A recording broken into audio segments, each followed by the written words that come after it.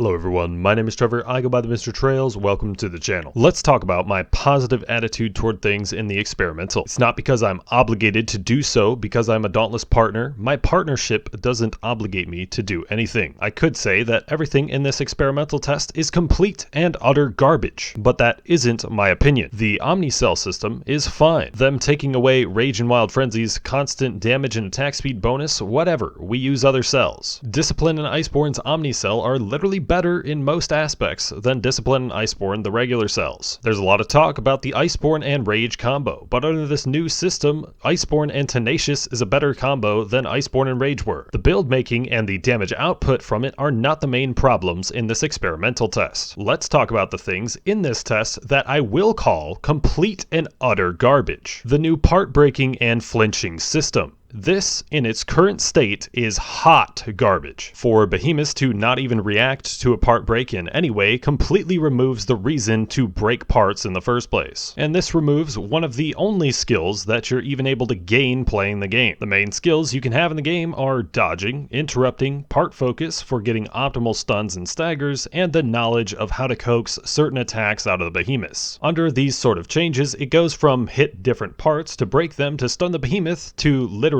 just hit the head and nothing else, because that's the only way you're going to get any meaningful time of the behemoth being on the ground due to getting a stagger. Unless you need a part break to craft a weapon, you have literally no incentive for going for part breaking. There are special part breaks that will stagger the behemoth, like Valamir's Horn, many behemoth's tails, and Hellion and Pangar's legs. But some of these are actually garbage for you to go for anyway, like Pangar, Skarn, and Hellion tail breaks. The behemoth runs a mile away from you, so you don't really benefit from even getting that part break. So if these part break changes do make it into the game, literally we're just going to be hitting the behemoth's heads. That's definitely skillful and adaptive combat, huh? And this would completely nerf repeaters into obscurity because they're the only weapon that can't stagger a behemoth without extra help or the Pangar Prism. But we actually aren't done there. On top of that change, they want to make Overpower only activate on getting a stagger. Not on interrupts, not on part breaks, just staggers. Which I honestly wouldn't mind this change if it was just like you had to run an extra +6 perk to get those overpower states on part breaks and interrupts. Which the part breaking changes would honestly be enough reason to not run overpower all the time. But making it just available on staggers almost nerfs it into obscurity as well. Overpower is the main reason that playing Acidic Savagery on every weapon isn't meta right now. 115% damage and 15% attack speed for 15 seconds is very strong. The main reason it's not used right now is keeping the behemoth on the ground is harder when you're not dealing as much part damage. But if the behemoths aren't going to ever be on the ground unless we hit the head anyway, why would we not run Acidic Savagery? The combination of these two changes is what is garbage about the experimental test to me, not the build making side of things. I know I said that the heroic escalation video would be today, but I'm going to try to relax a little bit today. Seeing all the negativity regarding specifically the Omnicells, which is really a much better system than we have right now, has drained my brain. The heroic escalation video will be on Monday or Tuesday. I have been Trevor, I go by the Mr. Trails, I will catch you guys next time.